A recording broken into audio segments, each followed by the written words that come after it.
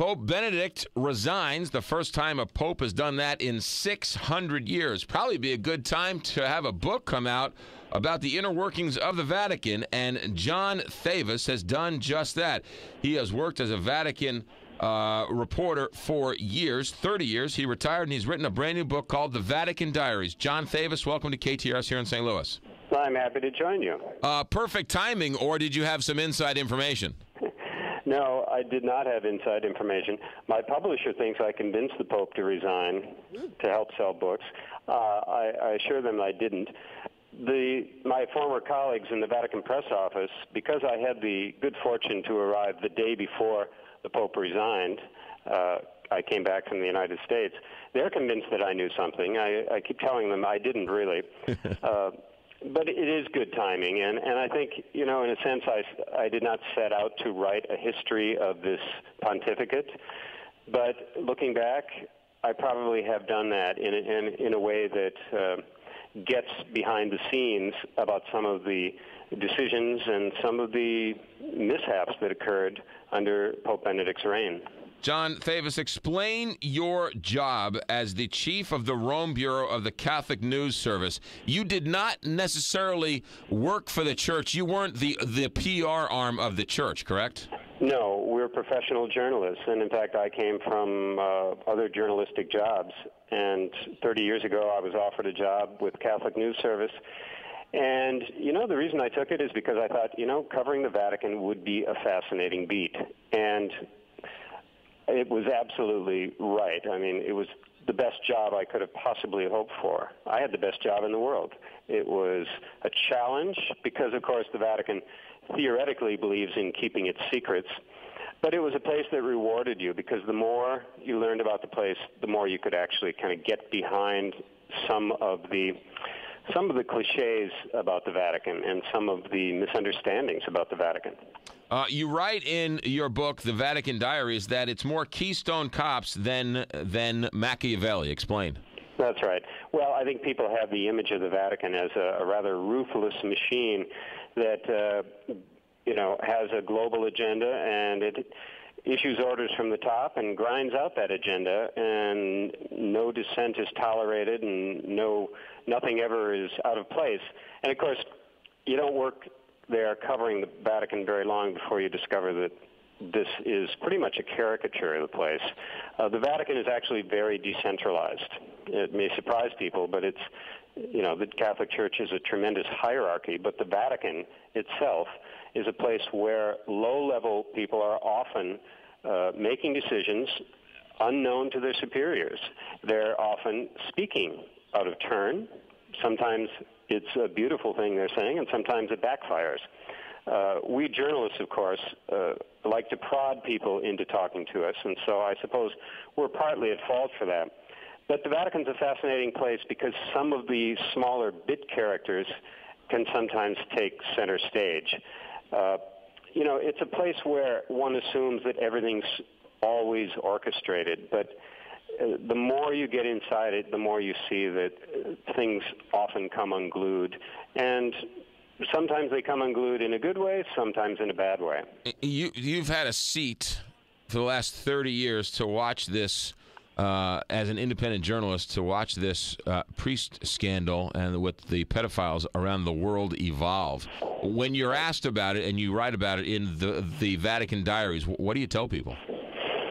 Well, a full chapter of my book is dedicated to the sex abuse scandal, the case of Father Maciel, who founded a religious order and was later found to have been a pedophile, and among other things. And my book investigates really how the Vatican handled this, and it's a mixed performance at best. The Vatican really dragged its heels investigating this man, despite rather clear denunciations by people. It was actually Pope Benedict who, as a cardinal, ordered the case reopened, and the wheels of justice slowly ground until the Vatican finally did condemn his actions, but of course by that time he was dead and buried. So for a lot of people, the Vatican acted in the right direction in that case, but too slowly. And that's been part of the criticism of the Church's handling of the sex abuse cases in general. Yes, the Church has changed its rules. It's now easier to get rid of priests who abuse children, and there are more safeguards in place, certainly. But the Church has taken a long time to come to the realization that it must deal with this. And I think it's going to be an issue that the next Pope will have to continue dealing with because, you know, not only will probably more cases come to light, but, you know, the ramifications of this are very deep. It's shaken Catholics, I think, more than anyone. Yeah, no question about it. John Thavis, our guest, his book is The Vatican Diaries, an independent journalist who covered the Vatican for 30 years. There, as a Catholic, I ask you this question as a Catholic, but also as somebody who's curious with the answer. And that is, in America, there's two trains of thought. One is that the Catholic Church is dirty and it covered it up and it for nefarious reasons because it didn't want to share any of the money. The other side says they just were priests and they had no concept with what they were dealing with. And through no fault of their own and just through pure innocence didn't comprehend how awful this situation was. Well, I think the reality is somewhere in between. I mean, on the one hand, this kind of abuse was considered a sickness that had to be dealt with through psychological methods for many years. And really only over the last 10 or 15 years have we seen society take a much harder look at this and say, you know, these are criminal acts that must always be denounced. Well, the Church has never felt comfortable denouncing its own priests. In fact, the Vatican still says that bishops should not be reporting agents for the state. So at the same time, the Vatican has finally come around to say we should encourage bishops to do this, though. Whenever there is a criminal situation, it should be reported. And I think, too, looking back on the many cases of priests who were moved around from parish to parish, while bishops may not have known what to do with priests like this, I think it's pretty clear they should not have kept moving them around from parish to parish. And the bishops themselves acknowledge this, that they made mistakes. And there are many bishops who'd made these mistakes, and some of them are going to be sitting in the conclave as cardinals when the election for the next pope comes up. Yeah, when you hear that the country of Ireland that used to, have a Catholic population of like 90-something% of Irish people would go to Mass, and now that's down to 4 or 5%. That's unbelievable.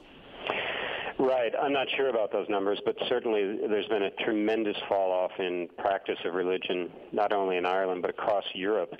And, of course, the Vatican's very concerned about that. Pope Benedict was very concerned, and he tried to relaunch this re-evangelization of Europe.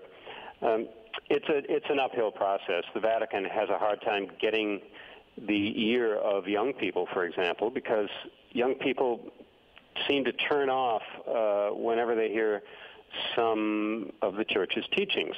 And I think one of the challenges in electing the next pope is to find someone who can somehow speak about the Church's teachings without alienating audiences.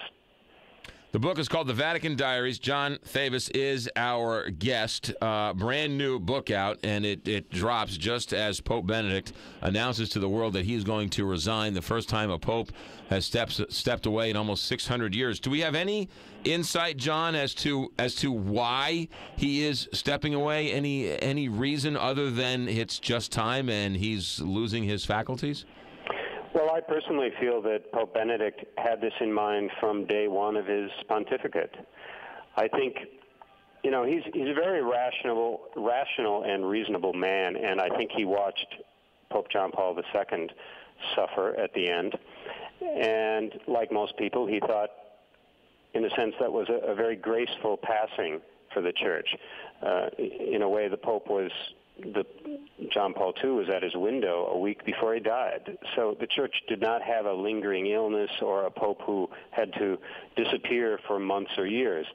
Nevertheless, I think Pope Benedict realized that sooner or later that's going to happen. A pope is going to have a stroke or do something that will take him out of commission, and at that point it becomes impossible to resign. So I think he did the reasonable thing. He resigned before he reached a stage where he's very ill or where people would question, is he doing this on his own volition? He's tired enough, and he lacks the energy, and he says, quite frankly, that to do the papacy well in the modern age, you need a lot of energy. So I take him at his word on that. I don't think there are any real hidden motives, but I do think that some of the scandals and some of the mismanagement and some of the petty corruption that's come out even inside the Vatican over the last few years have definitely taken a toll on this pope. I think that probably they contributed to his decision to resign. What do you make of this recent allegation that this gay scandal was the reason why it sort of pushed him out? What do you make of that story? Well, I'm skeptical, and I'll tell you why. I've covered the Vatican for 30 years. I know that when there's a secret report that's only been seen by the Pope, the journalists are going to speculate, and basically Italian journalists love to invent scenarios and project them in the pages of their newspaper. And this idea that there is some kind of gay faction inside the Vatican wielding incredible influence, I think is very far-fetched. I think, first of all, that we would have known about it before now had that been the case. John Thavis, our guest, his brand new book is called The Vatican Diaries, a behind-the-scenes look at the power, the personalities of politics at the heart of the Catholic Church. John, turning to something which I've always thought was quite fascinating, and I'd love to know what you think, is recently, of all the scandal that the Catholic Church is involved in, recently they have just apologized to Galileo. Took them 500 years to do that. Tell me what happened about that story. Well, actually, that goes back to John Paul II. He wanted to broaden the Church's dialogue with what he called the world of culture, which includes the world of science.